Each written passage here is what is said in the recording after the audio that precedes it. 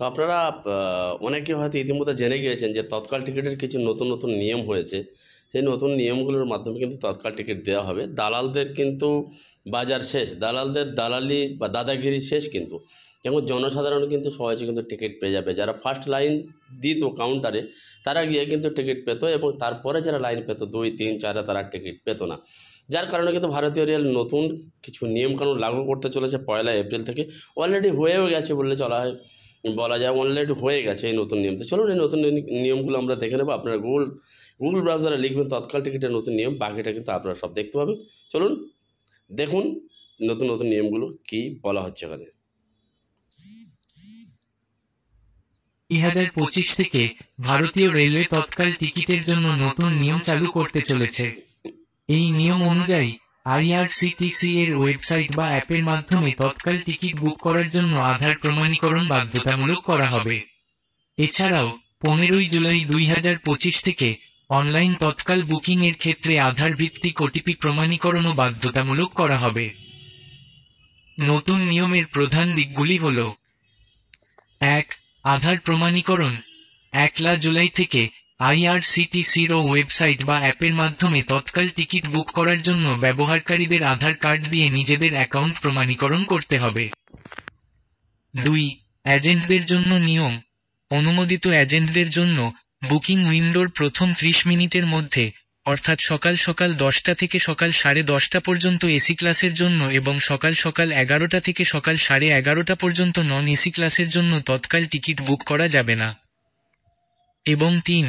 OTP প্রমাণীকরণ। ১৫ই জুলাই থেকে অনলাইন তৎকাল বুকিং এর জন্য আধার ভিত্তিক ওটিপি প্রমাণীকরণ বাধ্যতামূলক করা হবে। এর মানে হল, ব্যবহারকারীর পরিচয় যাচাইকরণের জন্য আধার লিঙ্কযুক্ত মোবাইল নম্বরে একটি ওটিপি পাঠানো হবে এবং টিকিট বুক করার জন্য সেই ওটিপি প্রবেশ করাতে হবে। এই নতুন নিয়মগুলি মূলত তৎকাল টিকিটের কালোবাজারি এবং জালিয়াতি রোধ করার জন্য করা হয়েছে। আপনার যদি তৎকাল টিকিট বুকিং সংক্রান্ত আরও তথ্যের প্রয়োজন হয়, তাহলে আপনি আইআরসিটিসির ওয়েবসাইটে যেতে পারেন।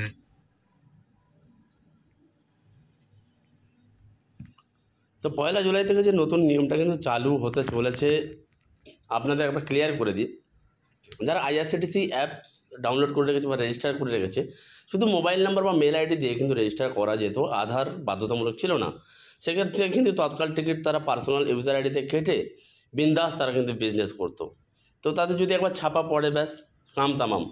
এবারে কিন্তু সেটা করতে পারবে না, কারণ ধরে নিন আমার নামে আইআরসিটিসি আইডি আছে। তো আমার নামে যে আইআরসিটিসি আইডি আছে, ওই আইডিতে আমার ফ্যামিলি ছাড়া কিন্তু আমি টিকিট বুক করতে পারবো না। এটা প্রথম থেকে নিয়ম আছে।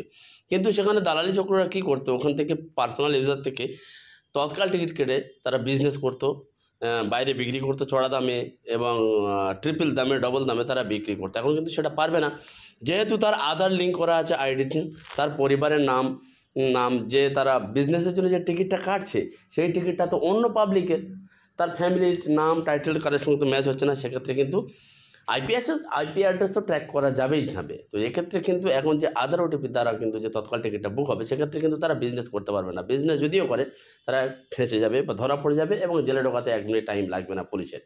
এটা গেল, এটা অনলাইনের ক্ষেত্রে। অফলাইনের ক্ষেত্রে কী হয়, আপনি লাইন দিয়ে দাঁড়িয়েছেন, তার আগে দেখবেন রাত্রে থেকে একটু যারা দালাল আছে তাদের লোক দাঁড় করিয়ে রেখেছে, তারা টিকিট কেটে তারা চড়া দামে বিক্রি করবে।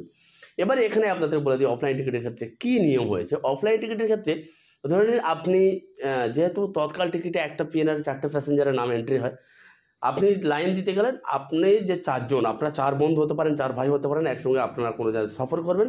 তার মধ্যে আপনি লাইনে যদি থাকেন, তাহলে আপনার আধার কার্ডটা নিয়ে যেতে হবে এবং আধার কার্ডের সঙ্গে আপনার মোবাইল লিঙ্ক থাকতে হবে। আপনার আধার কার্ডের সঙ্গে মোবাইল লিঙ্ক থাকলে যখন ওরা এন্ট্রি মারবে কাউন্টার থেকে, আপনার আধার লিঙ্ক মোবাইলে ওটিপি যাবে, ওটিপি দেওয়ার পরে তবে কিন্তু আপনার টিকিটটা জেনারেট হবে। এবারে ধরে নিন অন্য ৪ জন যাবে, যে ৪ জন যাবে তাদের মধ্যে কেউ নেই, লাইনে দাঁড়ায়নি, অন্যজন গিয়ে লাইনে দাঁড়িয়েছে, সেক্ষেত্রে কিন্তু তারা তৎকাল টিকিট পাবে না।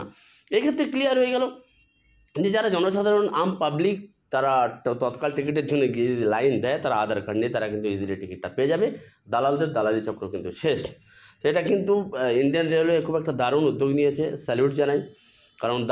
কারণ টিকিটের তৎকালের যে ধরনের কালোবাজারি বেড়ে গিয়েছিল, টিকিট পাওয়া মানুষের হাতের নাগালের বাইরে ছিল। তো আজকের এই ইনফরমেশনটা আপনাদের দেওয়া ছিল। ভিডিওটা ভালো লাগে একটা লাইক করে দেবেন এবং ঝড়ের গতিতে এবং জনগণ, বন্ধু বান্ধব, আত্মীয় স্বজনের জন্য স্বার্থে ভিডিওটা শেয়ার করে দেবেন। এই ধরনের প্রতিনিয়ত লেটেস্ট আপডেট পেতে আমাদের চ্যানেলটা সাবস্ক্রাইব করে পাশে থাকা বেল আইকনটি অন করে রাখবেন। দেখা হচ্ছে পরের ভিডিওতে। ভালো থাকবেন, সুস্থ থাকবেন। ধন্যবাদ। জয় হিন্দ, বন্দে মাতরম।